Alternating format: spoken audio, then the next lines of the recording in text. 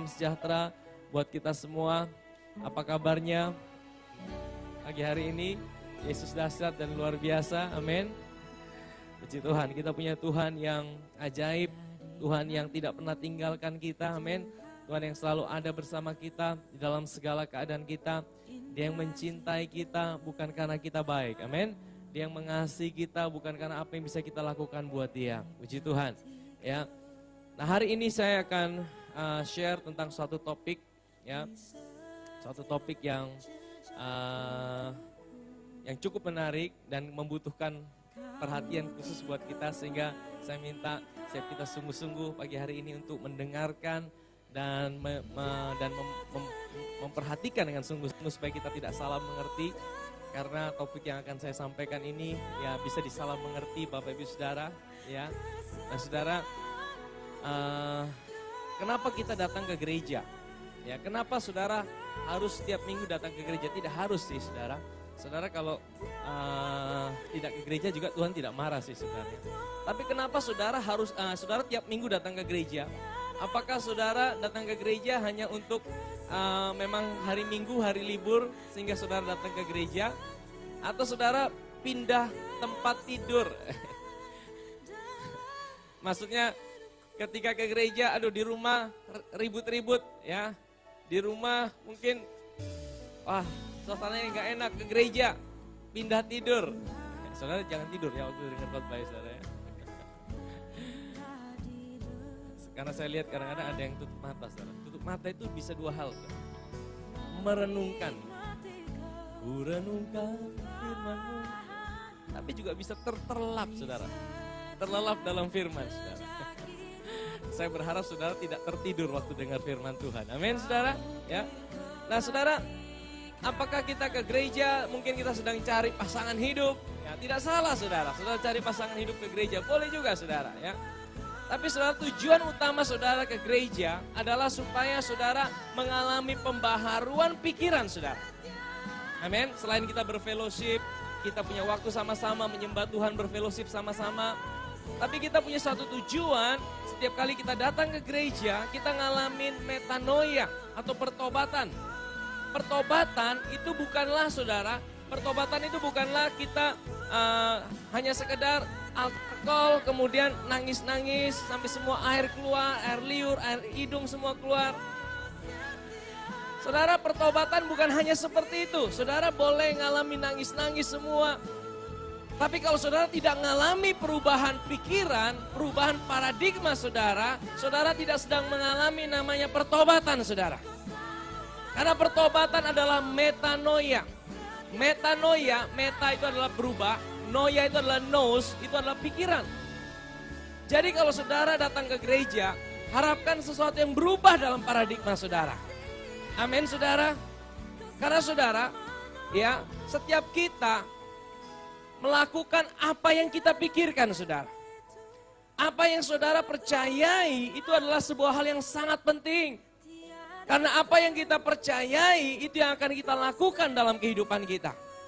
Apa yang Saudara percayai tentang Tuhan, itu akan menentukan bagaimana Saudara membangun hubungan Saudara dengan Tuhan. Kalau Saudara berpikir, Saudara mempercayai, Saudara punya Tuhan yang suka marah, Tuhan yang suka meninggalkan Saudara, itu akan menentukan bagaimana Saudara membangun hubungan dengan Dia. Ya, makanya Saudara, ketika Saudara memiliki cara pandang yang benar, apa yang Saudara percaya itu benar, akan membuat apa yang Saudara lakukan dalam kehidupan Saudara menjadi benar. Itulah pertobatan yang sejati. Amin, Saudara. Maka Saudara datang ke gereja, firman yang mengubah cara pikir kita. Firman yang mengubah pola pikir kita. Firman yang mengubah paradigma kita. Setiap kali Saudara datang, Saudara tidak harus di altar call. Saudara tidak harus ditumpangi tangan. Saya sudah berapa tahun ini jarang tumpang tangan, Saudara. Bukan berarti saya tidak mau, tapi saya lebih mau ketika kita bertobat di dalam paradigma kita. Amin, Saudara. Bertobat tentang apa yang kita percayai. Karena apa yang kita percayai, itu yang akan kita lakukan. Amin, Bapak Ibu Saudara. Ya, makanya ketika datang ke gereja, sungguh-sungguh buka hati, buka pikiran. Biarkan Roh Kudus menjamah setiap kita melalui firman-Nya, mengubah cara pandang kita. merubah cara pikir kita. Amin. Nah, hari ini saya mau menyampaikan satu topik tentang mengaku dosa.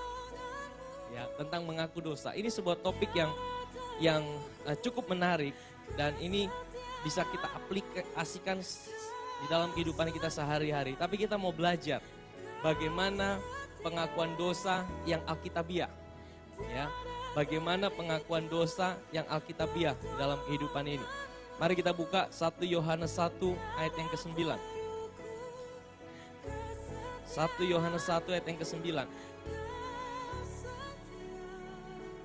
Ini adalah sebuah ayat yang sangat terkenal yang berbicara tentang pengakuan dosa. Saudara, di Alkitab kita, di dalam perjanjian baru, rasul-rasul tidak pernah mengajarkan untuk minta ampun dosa. Hanya satu ayat yang mengatakan tentang pengakuan dosa, yaitu di 1 Yohanes 1 ayat yang ke-9. Dan hari ini kita mau belajar, kita akan bedah topik ini, sehingga kita bisa melakukannya dengan benar di dalam kehidupan kita. Amin, saudara.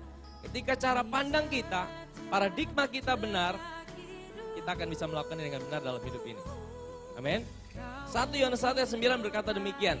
Jika kita mengaku dosa kita, maka ia adalah setia dan adil. Sehingga ia akan mengampuni segala dosa kita dan menyucikan kita dari segala kejahatan. Saya baca sekali lagi. Jika kita mengaku dosa kita, maka ia adalah setia dan adil. Sehingga ia akan mengampuni segala dosa kita dan menyucikan kita dari segala kejahatan. Kalau kita baca ayat ini, saudara, ya, kita akan dapatkan sebuah pengertian. Ya, sebuah pengertian yaitu apa? Jika kita mengaku dosa kita, maka dari pihak Tuhan, ia adalah setia dan adil, sehingga ia akan mengampuni segala dosa kita dan menyucikan kita dari segala kejahatan. Jadi, pengampunan dosa dari Tuhan itu didasarkan apa, saudara? Pengakuan kita. Betul? Setiap kali kita mengaku dosa, saat itulah Tuhan akan mengampuni kita. Ayat ini berbicara, kalau kita hanya baca satu ayat ini akan berbicara seperti itu. Betul? Ya, makanya saudara, saya kasih sebuah tips untuk kita baca firman Tuhan. Jangan ambil satu teks kemudian kita jadikan dari teks itu sebuah doktrin atau sebuah kebenaran. Dahulu saudara, ya, beberapa tahun yang lalu, saya suka pakai sebuah metode dalam baca Alkitab. Kadang-kadang saya tidak tahu mau baca apa. Saya cuma bilang, Tuhan, hari ini saya mau baca firman-Mu. Tuhan, nyatakan firman-Mu, pokoknya saya buka Alkitab, saya dapat ayat apa, itu pasti dari Tuhan. Saudara, kadang-kadang itu baik, saudara. Tapi kadang-kadang itu juga bisa menyesatkan kita, saudara. Karena apa, saudara? Pada saat kita buka, kita dapat ayatnya apa? Yudas bunuh diri. Wah. Saudara, itu bukan cara baca Alkitab yang baik, saudara. Baik kalau kita dapat sebuah ayat yang bagus, yang bisa menguatkan kita, memotivasi kita. Tapi kalau kita dapat ayat-ayat yang bertentangan satu dengan yang lainnya, sebenarnya Alkitab itu tidak pernah bertentangan, saudara. Tapi cara baca kita yang membuat Alkitab itu seolah-olah jadi bertentangan satu dengan yang lainnya. Ya. Nah, saudara, kalau kita baca ayat tadi 1 Yohanes 1 ayat 9, kita akan melihat seolah-olah bahwa pengampunan dosa dari Tuhan itu tergantung pengakuan kita. Kalau kita tidak mengaku dosa, maka Tuhan tidak akan mengampuni kita. Nah, saudara, jadi dalam perjalanan hidup ini, kalau saudara gagal, saudara harus mengaku. Saudara harus mengaku dengan Tuhan. Di sini tidak dikatakan minta ampun, tapi mengaku. Ya, confess. Kalau saudara lupa mengaku, berarti Tuhan tidak akan ampuni saudara. Betul tidak, saudara? Berdasarkan ayat ini, saudara. Saudara, serius mau gunakan ayat ini dalam kehidupan saudara setiap hari? Serius? Kalau saudara sungguh-sungguh serius untuk pakai satu ayat ini dan saudara dirikan kebenaran bahwa saudara harus mengaku baru Tuhan ampuni saudara, saudara harus selalu ingat akan dosa saudara. Setiap hari saudara harus ingat. Ya, kita harus ingat, Tuhan, kita buat salah ini. Tadi pagi beta sudah khawatir dan minta ampun. Kita mengaku. Engkau selalu mengaku. Kalau engkau lupa mengaku, berarti habislah kita. Habislah kita. Habislah, saudara, maksudnya apa? Kita tidak pernah ada dalam sebuah dasar yang kuat, saudara. Hari ini engkau tahu, waduh aku bisa mengaku, aduh aku udah diselamatkan. Besok, aduh aku tidak yakin aku diselamatkan, tidak. Aduh lusa, aku udah mengaku aku udah diselamatkan. Saudara, itu bukan hidup yang kekal, saudara. Apa artinya hidup yang kekal? Apa artinya Tuhan bilang hidup yang kekal? Kalau setiap hari tidak ada jaminan, setiap hari tergantung pengakuan saudara. Kita dalam sebuah dasar yang tidak kuat, saudara. Kita akan merasa bahwa Tuhan sewaktu-waktu bisa tinggalkan saya. Bahkan ketika engkau sudah lakukan yang baik, engkau akan merasa kayaknya ada yang kurang nih.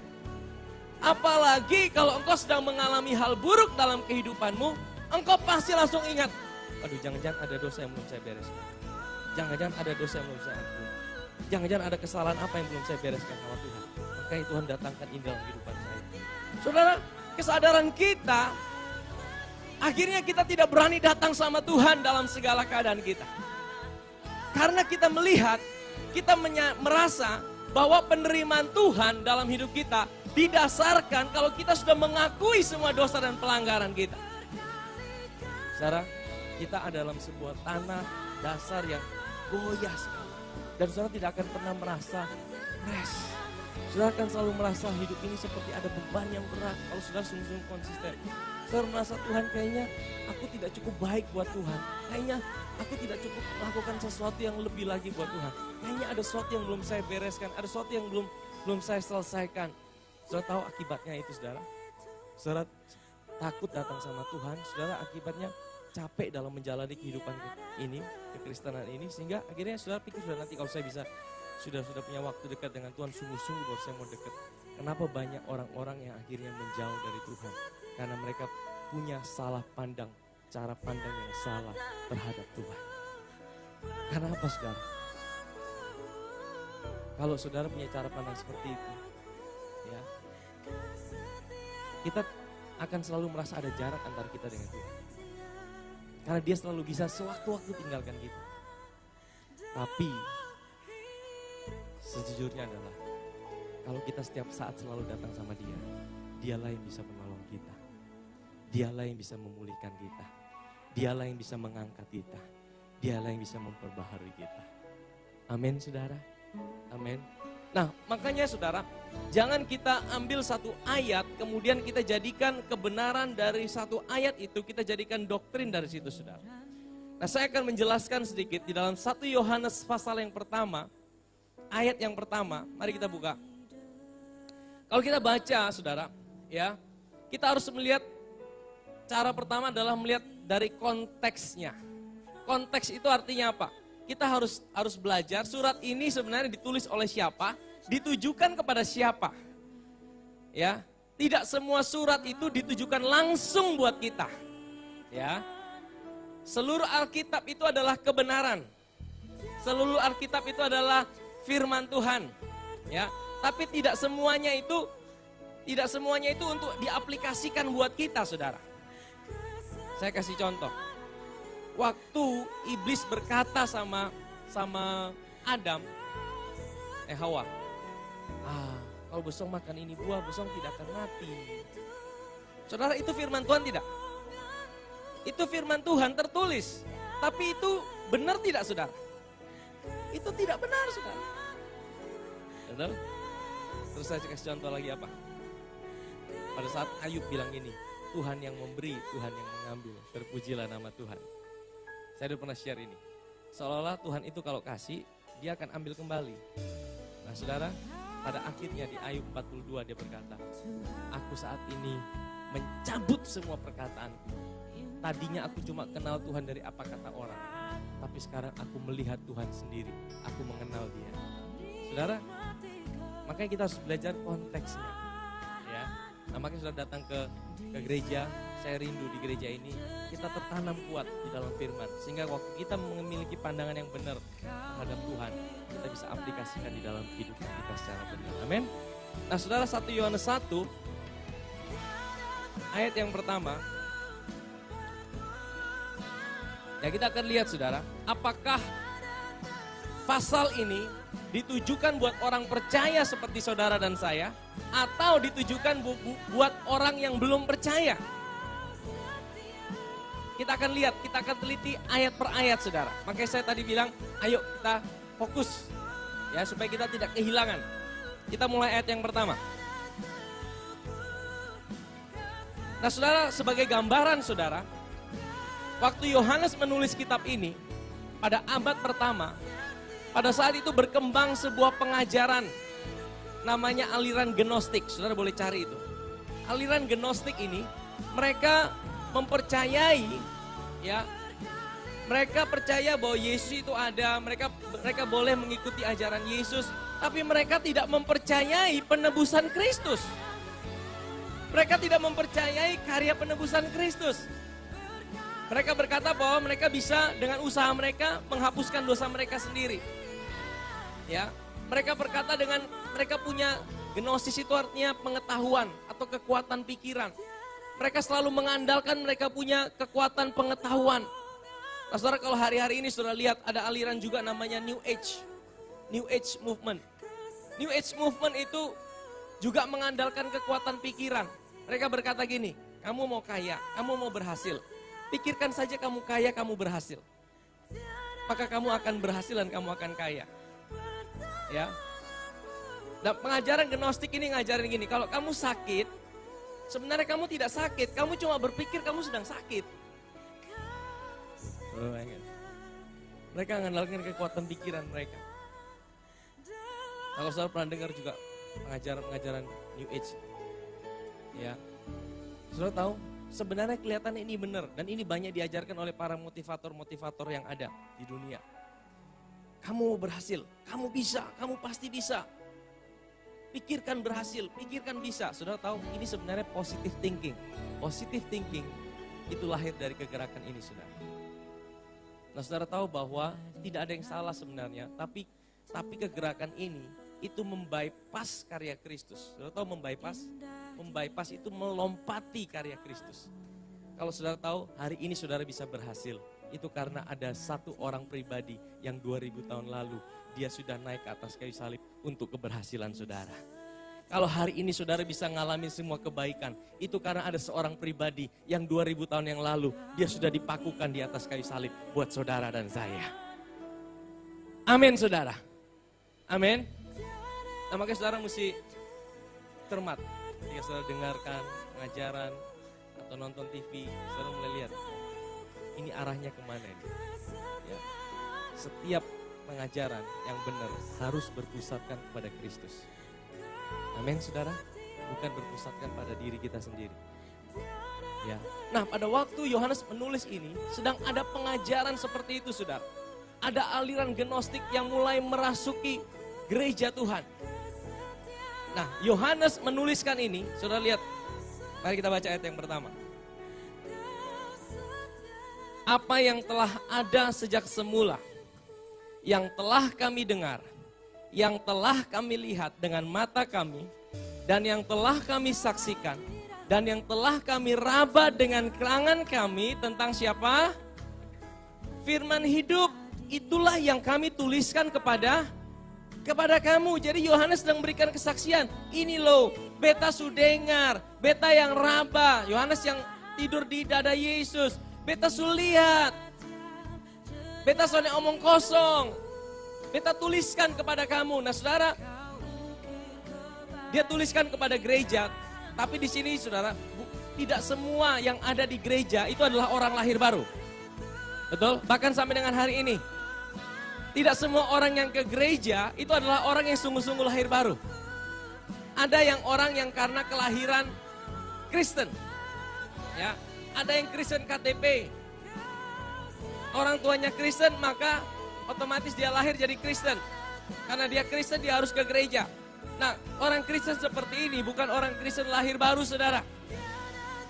Orang percaya itu adalah orang yang mengambil keputusan secara pribadi menerima Yesus dan Tuhan secara pribadi mengakui karyanya diaplikasikan di dalam kehidupan kita. Amin saudara.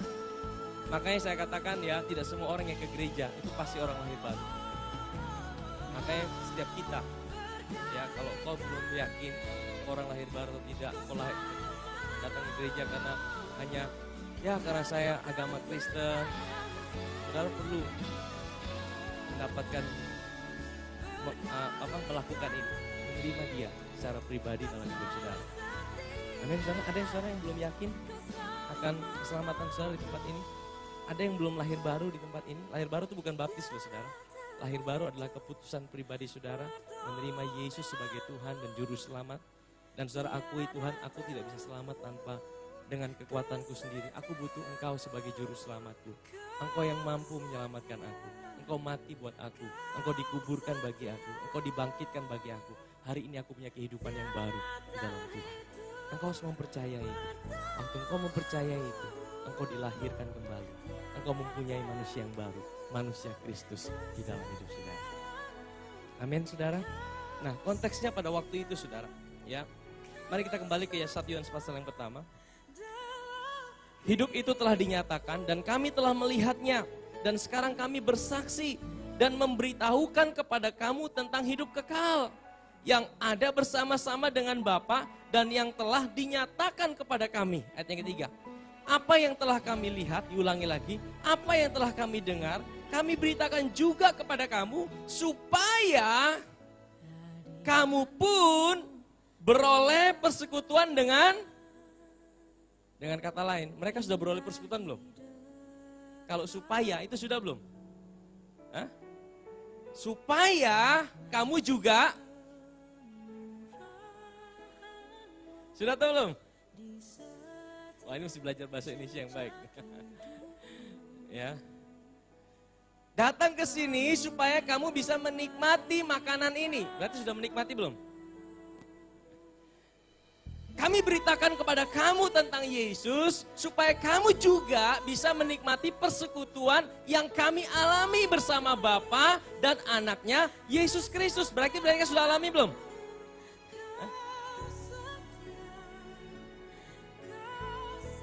Belum, betul? Berarti mereka orang belum percaya. Mereka bukan orang percaya. Betul? Sekalipun mereka ada di gereja. Amin. Clear di sini, clear. Ayat yang 4. Dan semuanya ini kami tuliskan kepada kamu supaya sukacita kami menjadi sempurna. Ayat 5. Dan inilah berita yang telah kami dengar dari Dia dan yang kami sampaikan kepada kamu, Allah adalah terang dan di dalam Dia sama sekali tidak ada kegelapan. Ayat yang ke-6. Jika kita katakan bahwa kita beroleh persekutuan dengan Dia, namun kita hidup dalam kegelapan, kita berdusta dan kita tidak melakukan kebenaran. Ayat yang ke-7.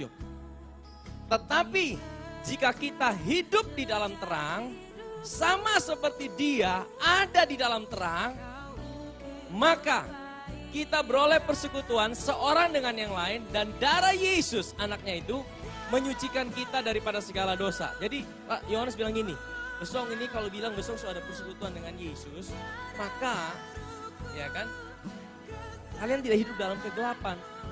Tapi kalian kan tidak mau, artinya Yohanes sedang mengcounter pengajaran itu. Kalian bilang kalian bisa menyelamatkan diri sendiri. Kalian bilang kalian tidak butuh penebusan dosa. Mana bisa kalian dapatkan persekutuan dengan Yesus kalau tidak mempercayai penebusan dosa itu. Nah kemudian dikatakan, jikalau kita hidup di dalam terang, sama seperti Dia, tampilkan ayat itu lagi.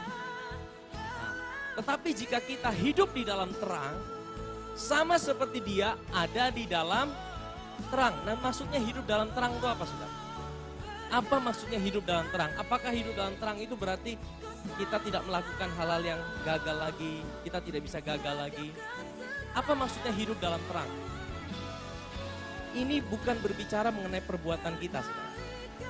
Ini berbicara mengenai sebuah lokasi. Katakan lokasi. Saudara tahu apa artinya lokasi? Artinya di dalam terang itu sebuah lokasi. waktu kita percaya kepada Yesus, dulunya kita itu ada dalam lokasi gelap. Ya, saya gambarkan ruangan ini sebagai lokasi terang. Mungkin ada ruangan sebelah, itu ruangan gelap. Dulu waktu sebelum kita percaya Yesus, kita ada dalam ruangan gelap. Saudara mau berbuat sebaik apapun, sebenar apapun, saudara tetap lakukan itu dalam ruangan gelap, kegelapan. Tapi waktu saudara percaya pada Yesus, saudara menerima Yesus sebagai Tuhan dan Juru Selamat saudara, saudara akui karyanya di dalam hidup saudara, Tuhan memindahkan saudara dari ruangan gelap masuk ke dalam ruangan terang. Saudara ada dalam ruangan terang, ada dalam terang itu sendiri. Saudara dalam terang bisa gagal tidak? Bisa jatuh tidak? Tapi saudara jatuh di dalam terang. Amin saudara? Amin. Ya. Coba kita lihat ayatnya lagi, saya akan jelaskan sedikit. Ini penting saudara.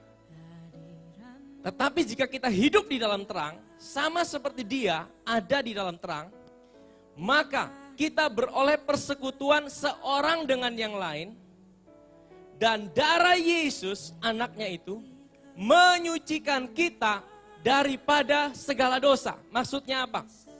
Waktu saudara ada di dalam Yesus, saudara sudah jadi orang percaya, ada di dalam terang itu artinya saudara orang percaya, saudara ada di dalam Yesus. Amin saudara? Amin. Maka darah Yesus itu akan menyucikan kita. Di dalam terjemahan asli dikatakan dia tetap menyucikan kita. Menyucikan kita. Jadi darahnya itu tidak pernah berhenti menyucikan kita. Tidak tergantung engkau minta, Tuhan sucikan aku, kuduskan aku. Darahnya tanpa engkau minta. Waktu engkau ada dalam terang, darahnya tetap menyucikan kita, menguduskan kita setiap saat, setiap waktu. Amin saudara. Termasuk mungkin saat ini yang kau bilang, Pak Pendeta ini pakai baju aneh-aneh. Saudara mulai ngomong negatif tentang saya. Saudara, Tuhan sudah sucikan pikiran saudara. Haleluya. Saudara, mari kita buka Yohanes pasal 8. Yohanes pasal 8 ayat yang ke-12.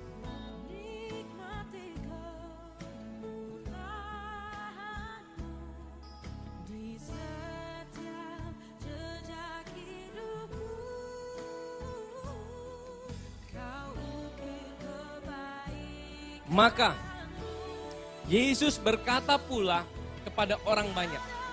Katanya, akulah terang dunia. Yesus tidak bilang aku punya terang. Yesus bilang akulah terang dunia. Saudara, terang dunia itu apa saudara? Matahari, apakah matahari terang dunia? Matahari benda penerang dunia. Tapi matahari bukanlah terang yang sejati. Dari mana saudara dapat tahu? Mana lebih dulu ada? Terang ada lebih dulu atau matahari ada lebih dulu? Terang diciptakan, terang ada pada hari keberapa? Terang sebenarnya bukan diciptakan, terang itu adalah Tuhan sendiri. Ya. Jadi sebenarnya tanpa matahari pun, nanti kalau kerajaan sudah kekekalan, tidak ada matahari saudara. Firman Tuhan katakan, dia yang akan menjadi matahari buat setiap kita. Amin saudara. Nah, firman Tuhan katakan, akulah terang dunia. Ya, barang siapa mengikut aku itu berarti orang percaya, saudara. Termasuk saudara dan saya, kalau saudara hari ini saudara orang percaya, saudara itu adalah pengikut Tuhan. Amin. Barang siapa mengikut aku, ia tidak akan berjalan dalam kegelapan, melainkan ia akan mempunyai terang hidup. Artinya apa saudara? Kalau saudara orang percaya, saudara bisa tidak melakukan perbuatan gelap? Masih bisa gagal tidak? Jujur, masih bisa tidak? Nah, apa artinya ia tidak akan berjalan dalam kegelapan? Apa artinya? Artinya saudara kalau sudah dipindahkan dari ruangan gelap pada ruangan terang, kalau saudara gagal tidak akan dipindahkan lagi ke dalam ruangan yang gelap. Amin saudara. Saudara tidak akan berjalan dalam kegelapan. Kata tidak akan di dalam bahasa aslinya adalah ume. Katakan ume. Ume itu double negatif. Udah tidak akan lagi. Jadi perkataan itu penekanannya kuat sekali di situ. Wow, saudara tahu? Ya, ini yang memberikan kita sebuah kepastian, saudara, sebuah jaminan. Tuhan, aku bisa gagal, tapi aku tahu Tuhan tidak pernah tinggalkan aku. Aku bisa keliru dalam hidup ini, tapi aku punya kepastian. Engkau berkata, nah kata ume itu juga dipakai di dalam waktu Ibrani 13 ayat 5b. Tuhan berkata, aku sekali-kali tidak akan meninggalkan engkau. Aku sekali-kali tidak akan membiarkan kau berjalan sendiri. Itu ume. Tuhan memberikan penekanan buat kita. Itu memberikan kita sebuah kepastian, saudara, bahwa Tuhan itu tidak akan tinggalkan kita. Saya bersyukur untuk hal ini. Saya bersyukur untuk hal ini. Ini kabar baik atau kabar buruk, saudara? Ini kabar yang sangat baik. Bahkan sangat baiknya susah untuk dipercaya, saudara. Amin, saudara. Tapi saya berdoa pagi hari ini saudara dapatkan pewahyuan ini. Ya, kita dapatkan pewahyuan ini. Kenapa ini penting, saudara? Saya katakan sekali lagi. Waktu saudara berpikir bahwa Tuhan adalah Tuhan yang bisa meninggalkan saudara kapan saja, saudara akan selalu merasa ada jarak antara saudara dengan Tuhan. Waktu saudara ngalamin sesuatu, saudara belum tentu saudara berani datang secara langsung sama Tuhan. Karena saudara mulai lihat diri saudara. Saudara mulai lihat apa yang kurang ya dalam hidupku ya. Apa yang harus aku lakukan supaya Tuhan itu berkenan sama aku, senang sama aku. Baru dia bisa menerima aku. Dan saudara tidak akan mendapatkan pertolongan, saudara. Kalau saudara sedang ngalamin masalah, saudara butuh tidak dekat sama Tuhan? Butuh, saudara. Ya, mari kita kembali ke 1 Yohanes 1. 1 Yohanes 1. Ayat yang ke-8.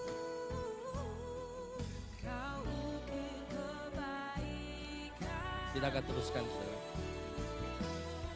1 Yohanes 1 ayat yang ke-8. Jika kita berkata bahwa kita tidak berdosa, maka kita menipu diri kita sendiri dan kebenaran tidak ada dalam kita. Jika kita mengaku dosa kita, nah ini ayatnya. Jika kita mengaku dosa kita, maka Ia adalah setia dan adil sehingga Ia akan mengampuni segala dosa kita dan menyucikan kita dari segala kejahatan. Dengan kata lain, ayat ini sebenarnya ditujukan secara langsung buat orang yang belum percaya kepada Yesus. Amin. Buat orang yang belum percaya kepada Yesus. Mereka harus datang sama Tuhan. Mereka harus mengakui itu supaya mereka ngalamin kelahiran baru. Kalau mereka tidak akui karya Kristus, bagaimana mereka bisa mengalami kelahiran baru? Amin, saudara. Tapi bagi kita hari ini, oh kalau gitu aku tidak usah mengaku dong, tidak usah minta ampun dong. Nah, ini yang perlu kita perhatikan baik-baik, saudara. Supaya waktu saudara keluar dari ruangan ini, saudara dapatkan sebuah pemahaman yang benar. Tidak salah mengerti, saudara. Karena ini seringkali disalah mengerti. Wah, kalau gitu tidak usah minta ampun dosa, tidak usah mengaku. Kan Tuhan sudah ampuni kita. Nah, saudara tahu, pengakuan kita, saya mau tegaskan sekali lagi, perlu tidak kita mengaku dosa waktu kita gagal? Saya katakan perlu. Tapi perlunya untuk apa? Perlunya bukan untuk supaya kita diampuni sama Tuhan. Karena sebagai orang percaya, Tuhan sudah ampuni kita. Bahkan sebelum kita mengaku, minta ampun sama Dia. Amin, saudara. Amin. Saya katakan sekali lagi, perlu. Tapi bukan supaya kita diampuni sama Tuhan. Tapi supaya apa, saudara? Karena kita ini kadang-kadang kan, kita hidup ini kan kita hidup kan ada pilihan-pilihan dalam hidup ini. Seringkali kita buat pilihan-pilihan yang salah dalam hidup ini. Ya. Hidup kita ini adalah hidup pilihan, saudara. Saudara jalani apa yang saudara jalani hari ini karena apa yang saudara pilih di masa lalu, saudara. Nah, kadang-kadang pilihan kita tidak selalu benar, betul. Kadang-kadang kita pilih sesuatu yang salah. Ya. Nah, makanya saudara, kita bebas memilih apa saja. Tapi kita tidak bebas memilih akibat dari apa yang kita pilih. Saya sudah pernah share tentang hal ini. Kalau saudara suka bohong, lama-lama saudara apa? Omong benar juga orang tidak percaya. Waktu saudara salah pilih, saudara hidup di dalam dosa, kegagalan. Akan ada banyak hal yang merugikan, akan ada banyak kehilangan dalam hidup kita. Dan itu membuat Tuhan sedih, saudara. Tuhan sedih, kenapa? Karena dia udah berikan anaknya, dia udah berikan segalanya yang terbaik. Tapi waktu engkau keluar daripada jalannya, engkau kehilangan segala hal yang terbaik itu. Engkau tidak bisa nikmati, sekalipun Tuhan tidak pernah tinggalkan engkau. Tapi engkau tidak pernah bisa merasakan apa yang Tuhan berikan dalam kehidupan saudara. Amin saudara. Makanya engkau perlu akui, bukan supaya Tuhan ampuni saudara. Engkau hanya akui, karena apa? Supaya engkau sadar, yang pertama engkau salah. Amin. Karena kadang-kadang kita tidak sadar kalau kita salah. Nah kata mengaku di sini adalah homologeo. Katakan homologeo. Apa itu homologeo? Homo itu apa? Sejenis, ya, dua hal yang sama, sejenis. Makanya orang homo itu orang yang sama jenis, betul? Logeo itu apa? Logeo itu dari kata logos. Logos itu artinya perkataan. Homologeo artinya kita memperkatakan perkataan yang sama dengan Tuhan. Kita sepaham, kita sepaham dengan Tuhan. Kita seia sekata tentang apa? Tentang kita salah, kita gagal, kita salah. Tapi kita juga sepaham dengan Tuhan bahwa Tuhan sudah menghapuskan dosa kita di atas kayu salib 2000 tahun yang lalu. Amin saudara. Itulah homologeo. Kita mengakui, kita sepaham dengan Tuhan. Tuhan, aku memang salah. Aku udah salah jalan nih Tuhan. Ampuni aku. Bukan supaya Tuhan ampuni saudara. Saudara tahu? Ya. Tuhan itu, kasih Tuhan tidak pernah berubah dalam hidup kita. Ya, pengampunannya tidak didasarkan kepada pengakuan kita, saudara. Mari kita buka Efesus 1 ayat yang ke-7. Saya lupa tadi. Efesus 1 ayat yang ke-7.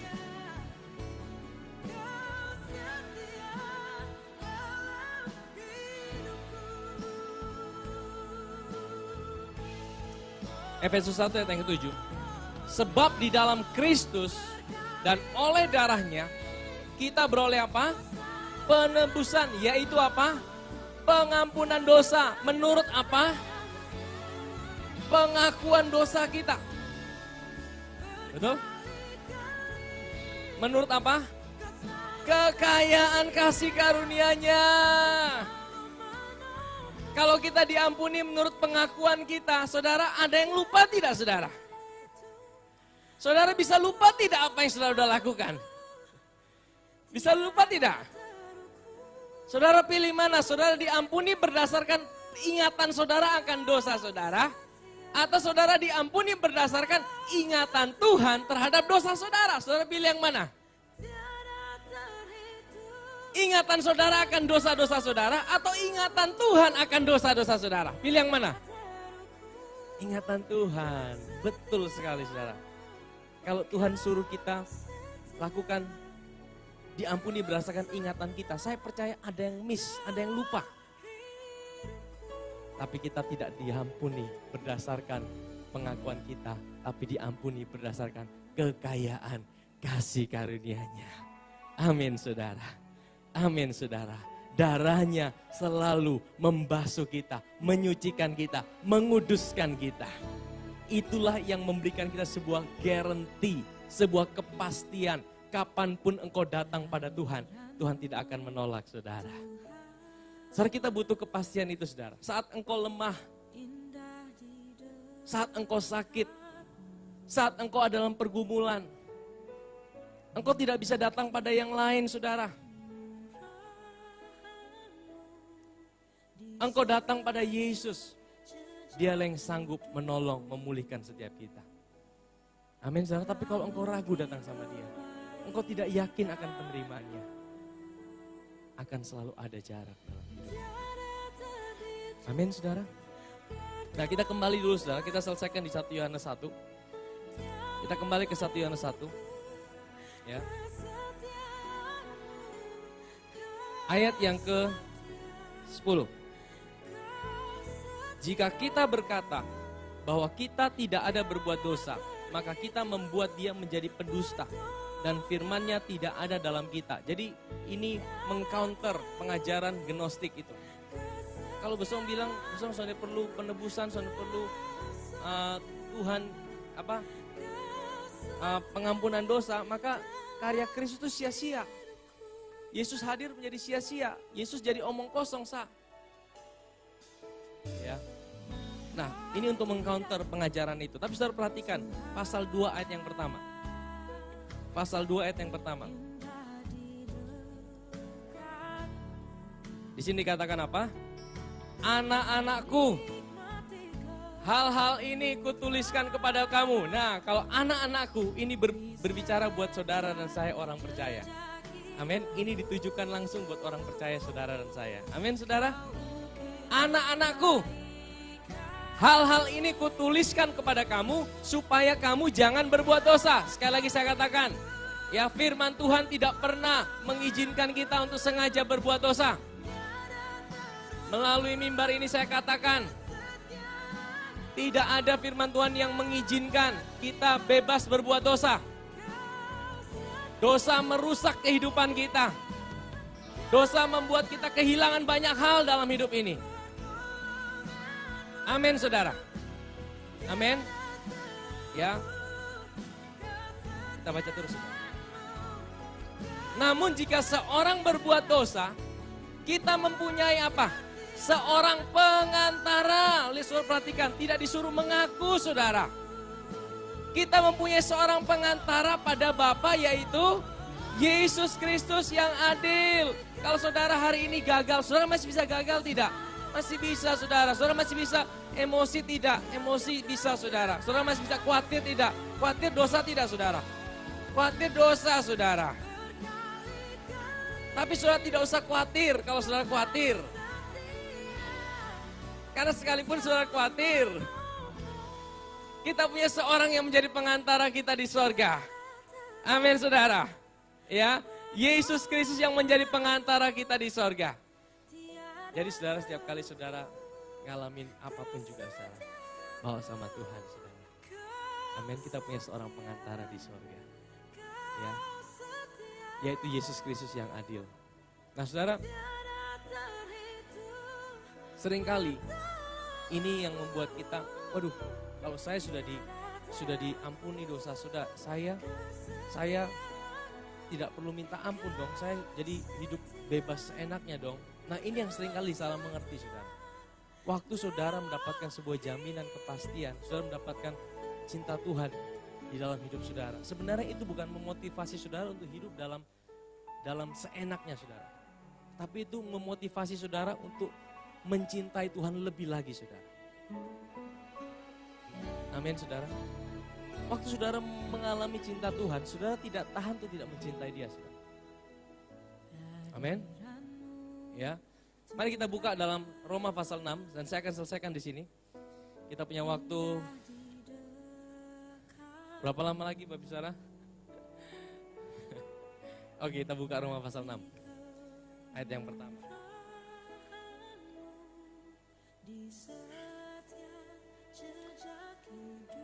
Jika demikian, apakah yang hendak kita katakan?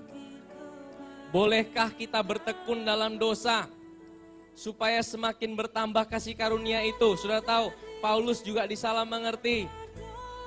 Paulus disalah mengerti waktu dia menulis tentang Injil, waktu dia beritakan Injil. Orang-orang bilang, wah kalau gitu kita hidup bebas berbuat dosa dong. Akhirnya dia tulis gini, apakah kita bebas berbuat dosa? Dijawab, sekali-kali tidak. Saya juga katakan, sekali-kali tidak. Amin. Tidak ada izin berbuat dosa. Dosa tidak perlu izin, saudara. Saudara mau berbuat dosa, pakai izin tidak, saudara? Tidak ada izin, saudara. Saudara bebas melakukan apa saja. Saudara tidak bebas memilih akibat dari apa yang saudara pilih. Amin. Konsekuensinya saudara tanggung sendiri. Ya. Dikatakan sekali-kali tidak. Bukankah kita telah mati bagi dosa? Bagaimanakah kita masih dapat hidup di dalamnya? Ayat yang ketiga. Atau tidak tahukah kamu bahwa kita semua yang telah dibaptis dalam Kristus telah dibaptis dalam kematiannya? Ayat yang keempat. Dengan demikian kita telah dikuburkan bersama-sama dengan Dia oleh baptisan dalam kematian, supaya sama seperti Kristus telah dibangkitkan dari antara orang mati oleh kemuliaan Bapa, demikian juga kita akan hidup dalam hidup yang baru. Ayat yang kelima. Sebab jika kita telah menjadi satu dengan apa yang sama dengan kematiannya, kita juga akan menjadi satu dengan apa yang sama dengan kebangkitannya. Ayat 6. Nah ini penting, saudara, ayat 6 ini. Karena kita tahu bahwa manusia lama kita telah turut disalibkan supaya tubuh dosa kita hilang kuasanya, agar jangan kita menghambakan diri lagi kepada dosa. Saya jelaskan sedikit di sini, saudara. Saya kasih sebuah ilustrasi. Saudara pernah punya HP di tahun 90-an? 90-an sudah ada HP belum? Sudah ya? Ya 98 ini sudah ada ya. Itu HP yang pertama keluar itu kira-kira bisa pakai buat lempar sapi. Bisa pakai buat WhatsApp tidak? Bisa pakai buat BBM tidak? Itu cuma buat apa?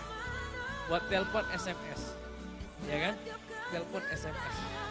Nah, artinya saudara, kalau saudara mau pakai HP itu hari ini untuk WhatsApp, untuk BBM, kira-kira bisa tidak? Saudara mau upgrade model bagaimana? Saudara bawa ke tukang upgrade, di-upgrade seperti apa juga tidak bisa, saudara. Karena hardware-nya udah tidak memenuhi syarat, memenuhi standar. Betul? Satu-satunya cara, tidak ada cara lain. HP itu harus dibuang atau dimasukkan museum. Ya. Barang antik. Nah, terus saudara mau pakai HP dengan WA chatting bagaimana? BBM. Dikasih yang baru. Yang teknologi yang paling baru, HP yang paling baru, harganya yang belasan juta. Saudara bisa pakai buat apa saja, ya. Kapasitasnya sangat besar. Saudara mau pakai buat apa saja bisa, ya. Tetapi saudara, sayangnya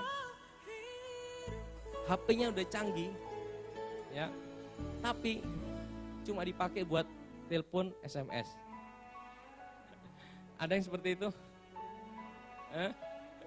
HP-nya canggih, bisa buat apa saja, tapi cuma buat telepon SMS. Kalau cuma buat telepon SMS tidak perlu HP yang canggih, saudara.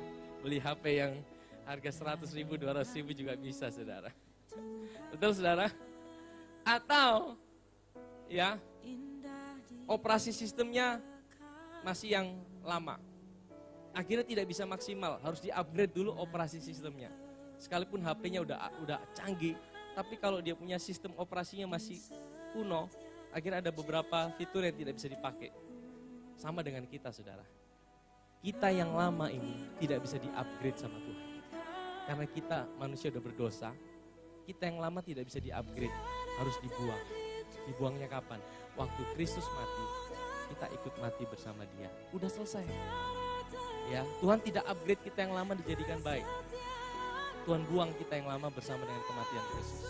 Dan Dia berikan kita hidup yang baru, hidupnya Dia sendiri, hidup yang sangat canggih, yang seri terbaru. Amin, saudara. Amin. Dia install, Dia masukkan dalam kita hidupnya sendiri, saudara. Dan melalui hidupnya sendiri saudara bisa buat apa saja.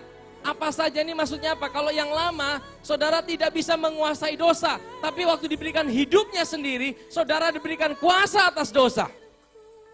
Karena bukan saudara, tapi Dia yang hidup dalam hidup saudara. Amin, saudara. Tapi kita harus mengupgrade. Dia punya softwarenya. Kalau HP saudara canggih tapi softwarenya yang software lama, akhirnya tidak banyak yang tidak bisa dipakai, betul? Harus di-upgrade. Upgrade-nya dengan apa? Dengan setiap firman yang saudara dengarkan setiap minggu. Setiap firman yang didengar itu mengupgrade diri kita. Amin, saudara. Kita bisa nangkap sesuatu. Tuhan itu tidak memperbaiki saudara yang rusak jadi baik. Tuhan membuang saudara yang lama, menggantikan yang baru, kehidupannya sendiri. Amin, saudara. Amin. Ayo kita teruskan, saudara. Kita teruskan. Roma pasal 6. Sebab siapa yang telah mati, ia telah bebas dari dosa. Jadi jika kita telah mati dengan Kristus, kita percaya bahwa kita akan hidup juga dengan dia. Karena kita tahu bahwa Kristus sesudah ia bangkit dari antara orang mati, tidak mati lagi. Maut tidak berkuasa lagi atas dia. Ayat 10. Sebab kematiannya adalah kematian terhadap dosa. Satu kali untuk selama-lamanya. Dan kehidupannya adalah kehidupan bagi Allah. Ayat 11 saudara perhatikan. Demikianlah hendaknya kamu memandangnya. Nah ini upgrade. Ini upgrade sistem saudara. Ya. Demikianlah kamu memandangnya. Kata memandang di sini ini adalah reckon. Bahasa Inggrisnya reckon.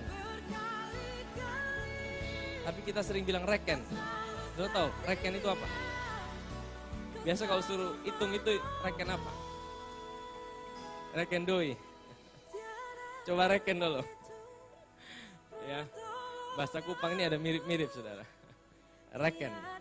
Reckon itu reckon, artinya kalau reckon itu sesuatu yang pasti saudara. Bukan kira-kira. Coba hitung, ada berapa uangmu? Oh, berapa, tidak pasti. Tapi kalau reckon itu sesuatu yang pasti. Ini berbicara sebuah kepastian. Reckon itu. Artinya gini saudara, waktu firman Tuhan berkata, reckon, demikianlah kamu reckon dalam hidupmu. Berarti kamu harus lihat itu sebagai sebuah kepastian, bukan sebuah yang masih iya apa tidak gitu. Apa yang menjadi sebuah kepastian? Bahwa kamu telah mati bagi dosa, tetapi kamu hidup bagi Allah dalam Kristus Yesus. Kita harus lihat diri kita ini bukan lagi manusia lama. Kita harus lihat bahwa kita yang lama sudah mati. Hari ini engkau punya kehidupan Kristus di dalam hidup saudara. Amin saudara. Ya. Teruskan, kita selesaikan sampai ayat 14. Sebab itu hendaklah dosa jangan berkuasa lagi dalam tubuhmu yang fana, supaya kamu jangan lagi menuruti keinginannya. Dan janganlah kamu menyerahkan anggota-anggota tubuhmu pada dosa untuk dipakai sebagai senjata kelaliman. Tapi serahkanlah dirimu kepada Allah sebagai orang-orang yang dahulu sudah mati, tapi yang sekarang hidup. Dan serahkanlah anggota-anggota tubuhmu kepada Allah untuk menjadi senjata-senjata kebenaran. Ayat 14. Sebab kamu tidak akan dikuasai lagi oleh dosa, karena kamu tidak berada di bawah hukum Taurat, tetapi di bawah kasih karunia. Nah saudara, ya, hari ini kita punya kehidupan Kristus. Tetapi saudara, kita masih bisa lemah dalam hidup ini, betul? Dalam kita menjalani kehidupan ini, seringkali kita masih bisa gagal. Nah bagaimana caranya saudara? Tuhan bilang, kamu tidak punya hidupmu lagi sendiri. Aku yang punya kehidupanmu. Setiap kali kita ngalamin sesuatu, kita datang sama Yesus. Kita katakan, Tuhan, aku tidak mampu Tuhan. Kadang-kadang kita mengalami sesuatu dalam hidup ini, kita udah berusaha lakukan yang baik, kita udah jalani semua, tapi sepertinya kita masih merasa tidak mampu. Artinya begini saudara, Tuhan tidak mau engkau mengandalkan kekuatanmu sendiri. Saya dapatkan sebuah pengertian begini saudara. Hidup kita ini bukan punya kita. Amin saudara. Hidup kita punya siapa? Punya Tuhan. Karena dikatakan tadi kita udah mati dan kita dikasih hidupnya dia, betul? Berarti kalau hidup kita punya Tuhan, segala yang dalam hidup kita punya siapa? Punya Tuhan. Berarti persoalan saudara punya siapa? Punya Tuhan. Segala sesuatu dalam hidup saudara punya siapa? Punya Tuhan. Kalau kau mengalami itu dalam hidup saudara, ya bawa kembali sama Tuhan. Amin saudara. Waktu engkau serahkan kembali sama Tuhan, engkau sedang mengatakan, Tuhan, aku tahu bahwa aku tidak punya apa-apa, semuanya adalah kepunyaan Tuhan. Amin saudara, dan biarkan kekuatan Tuhan yang berjalan melalui setiap kita. Amin. Kalau engkau berusaha tanggung sendiri, engkau akan stres saudara. Engkau berusaha tanggung berarti engkau pikir itu punyamu saudara. Waktu engkau pikir itu punyamu, engkau akan berusaha untuk menanganinya dengan kekuatanmu, akhirnya engkau stres saudara. Betul? Tapi kalau engkau bilang, Tuhan ini punyamu Tuhan. Engkau serahkan sama Tuhan.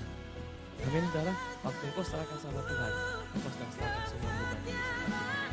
Dan biarkan dia yang berjalan di dalam kehidupan kita. Amin saudara. Mari kita bangkit berdiri.